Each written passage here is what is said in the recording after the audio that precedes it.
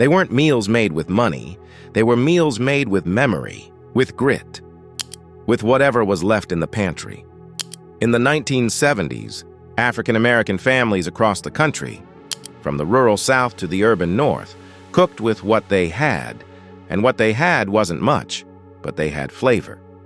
They had tradition. They had a way of turning scraps into supper and hardship into heritage. These 10 recipes aren't just food. They're stories. They're proof that poverty didn't erase culture. It sharpened it. It made every bite matter. So today, we're remembering the meals you ate if you were poor in the 1970s, the ones that filled your belly, warmed your soul, and reminded you that love could be ladled out of a pot. Number 1. Stewed chicken backs and necks, the parts that still had soul. You didn't buy chicken breasts. You bought backs and necks, the parts nobody wanted, the parts that were cheap, the parts that still had flavor. They came in plastic trays, wrapped tight, marked down, and they went straight into the pot. Simmered low with onions, garlic, maybe a bell pepper if you had one. Seasoned with salt, pepper, and whatever spice your mama kept in the cabinet. Cooked until the meat fell off the bone and the broth turned golden. It wasn't pretty. It wasn't fancy. But it was good, served over rice, or cornbread, or just eaten with a spoon. In the 1970s, this was dinner, and it tasted like home. Number 2. Okra and tomato stew, the garden's gift to the table. Okra came from the backyard. Tomatoes came from the neighbor. And together they made a stew that fed everyone. Sliced okra, fresh or frozen. Canned tomatoes, crushed or whole. Onions, garlic, and a splash of oil. Simmered until the okra softened and the tomatoes thickened. Seasoned with cayenne, paprika, and a pinch of sugar to cut the acid. It was served with rice, or spooned over grits, or eaten straight from the pot. Kids wrinkled their noses at the slime. But they ate it anyway, because it was warm, it was filling, and it was made with love. In the 1970s, okra and tomato stew was more than a side dish. It was a lifeline. Number 3. Cabbage and smoked sausage, the pot that never ran out. Cabbage was cheap. Smoked sausage was salty, fatty, and full of flavor. Together they made a pot that could stretch for days. You'd slice the cabbage thin. Brown the sausage in a little oil. Add onions, garlic, and water. Simmer until everything was tender and the broth was rich.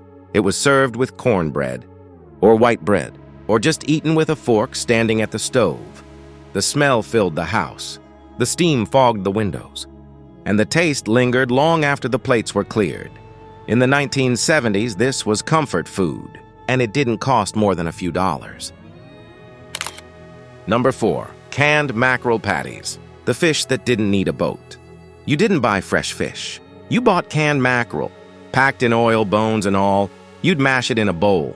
Add breadcrumbs, onions, eggs, and seasoning. Form it into patties. Fry them in a hot skillet until golden and crisp. They were served with rice, or grits, or just eaten between 2 slices of bread. The bones softened in the pan. The flavor was strong, and the smell filled the kitchen with something that felt like abundance. In the 1970s, canned mackerel patties were a poor man's crab cake, and they tasted like survival. Number 5. Pokeweed Greens, the foraged feast. You didn't buy greens. You picked them. Pokeweed grew wild in ditches, in yards, in places where nothing else would. And if you knew how to cook it, it could feed a family. You'd boil it 3 times to remove the toxins. Drain it. Sauté it with onions, garlic, and bacon grease. It was bitter. It was earthy. And it was sacred. Served with cornbread, or mixed into rice, or eaten with hot sauce and silence. In the 1970s, pokeweed greens were more than food. They were knowledge, passed down from elders who knew how to survive. Number 6. Cornmeal mush with syrup drizzle. The breakfast that stuck. Cornmeal was cheap. Water was free. And syrup, well, you made that yourself. You'd boil cornmeal until thick. Pour it into a pan. Let it set. Slice it. Fry it. Then drizzle it with homemade syrup. Sugar, water, maybe a splash of vanilla. It was sweet. It was sticky. It was filling. Kids ate it before school. Parents ate it after work. And everyone knew it was better than boxed cereal. In the 1970s, cornmeal mush was breakfast, and it tasted like resilience. Number 7. Fried Bologna sandwiches. The circle that fed the block. Bologna was cheap. It came in big packs, sliced thin, with a red rind you peeled off like a prize. You'd fry it in a skillet until the edges curled. Toast the bread. Add mustard, maybe a slice of cheese if you had it. It was crispy. It was salty. It was perfect. Kids ate it after school. Adults ate it on break. And nobody complained, because it was good. In the 1970s, fried Bologna sandwiches were more than lunch. They were a ritual. Number 8. Homemade syrup biscuits. The sweet that didn't need a bakery. Biscuits were made from scratch.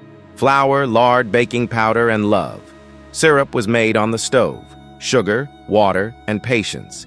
You'd bake the biscuits hot, split them open. Pour syrup over the top until they soaked through.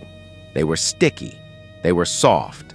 They were sacred, served for breakfast, or dessert, or just because.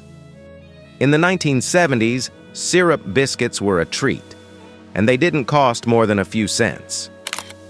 Number 9. Sweet potato pie with evaporated milk. The dessert that didn't need cream.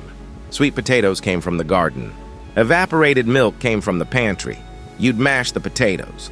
Add sugar, eggs, spices, and a splash of canned milk. Pour it into a crust. Bake until firm. It was sweet. It was spiced. It was sacred. Served at church dinners, family gatherings, or just on a quiet Sunday. In the 1970s, sweet potato pie was more than dessert. It was tradition. Number 10. Hickory Nut Milk. The drink that came from the trees. You didn't buy almond milk. You made hickory nut milk from nuts you gathered yourself. You'd crack the shells, boil the meat, strain the liquid, sweeten it with sugar or honey. It was creamy. It was earthy. It was rare, served cold, or warmed on the stove, and always with reverence. In the 1970s, hickory nut milk was a gift from nature, from ancestors, from the land itself. These weren't just meals. They were memories. They were proof that poverty couldn't erase pride. African-American families in the 1970s cooked with what they had, and what they had was enough. Stewed chicken backs, fried bologna, pokeweed greens, sweet potato pie. Each dish told a story of struggle, of survival. Drop a comment. Which dish did you grow up with? Which one would you try today? Like this video to honor the flavors that raised us. Subscribe to the America We Forget, where every bite tells a story worth preserving.